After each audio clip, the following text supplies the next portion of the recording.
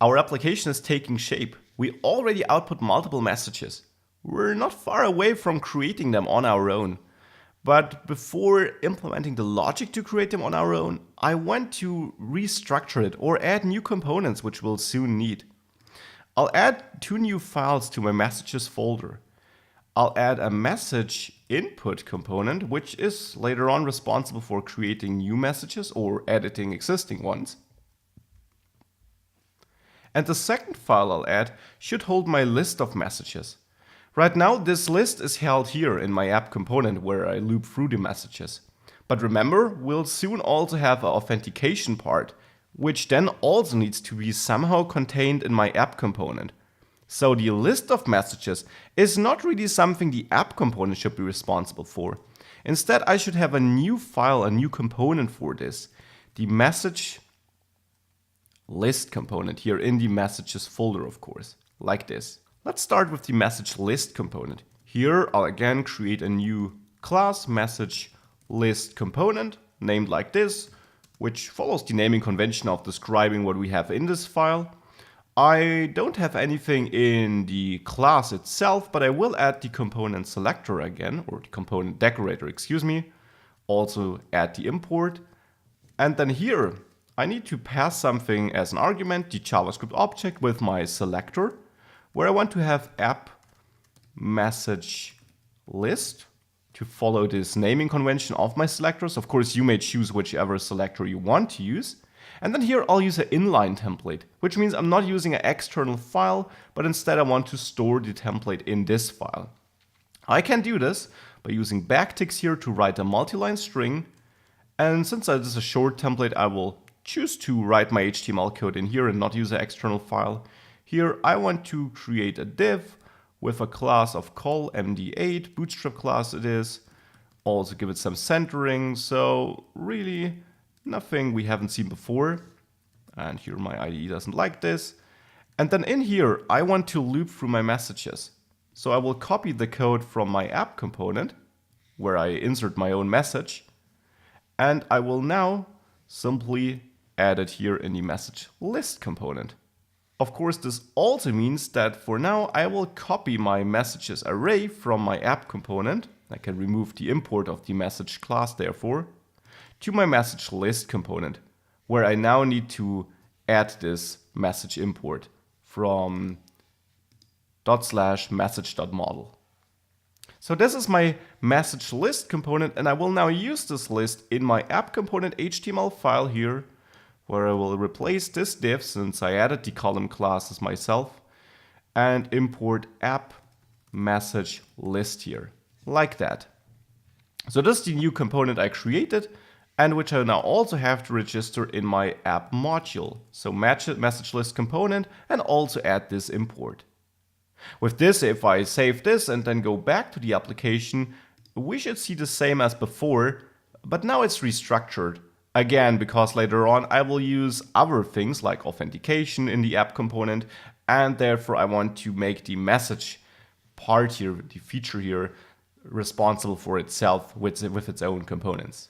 Now for the message input component, I'll do pretty much the same. I'll create a new class, message input component, in this file I just created, then add the component decorator again, which needs to be imported from @AngularCore, and pass a JavaScript object. Let's set up a selector named app message input. I think you're seeing which naming convention I'm following. And then here we can also use a template URL again, since this will be a little bit of a longer template. I want to point to message-input.component.html.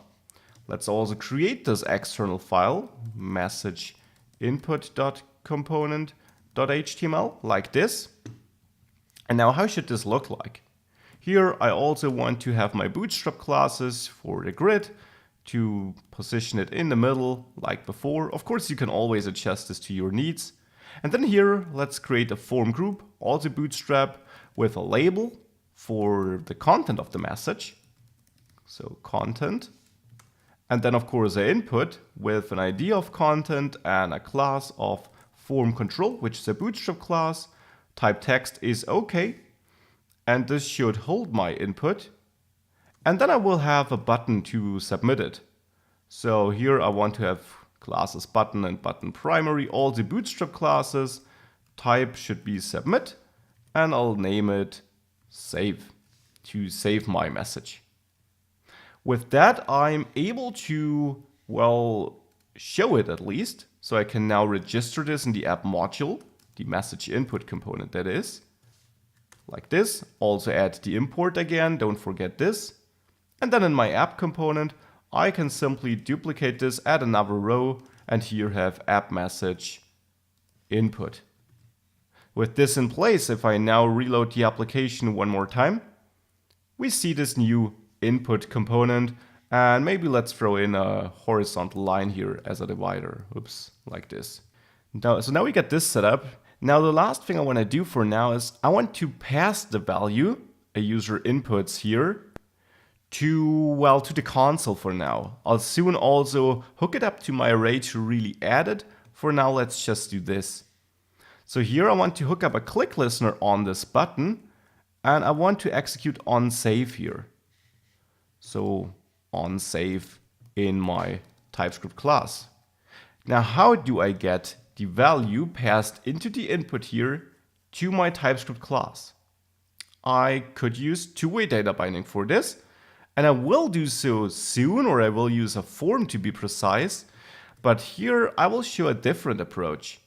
We can assign a local reference to any HTML element in our template by using a hashtag and then the name of the reference. Let's name it input, but it's totally up to you. This will store a reference to this input, which we then can use everywhere in our template. So in the onSave method, I could pass input to pass the reference to this input element, or I could directly pass input value. Remember, value is a DOM property available on input elements, so I can easily access it like this. This passes the value of this input to the onSave method whenever I click it. So here in the TypeScript class, I can expect this value, which will be of type string, and I can simply log it to the console like this. So if I now save this and let it recompile and reload my application, let's open up the JavaScript console here, and let's enter something and hit save. You see something over there, can increase this in size here, and this is how easy we can hook this up. And again, as a next step, we will make sure that we really fetch this value and then pass it on to a kind of a storage, so that we not only save it here and print it to the console, but add a new message to our array.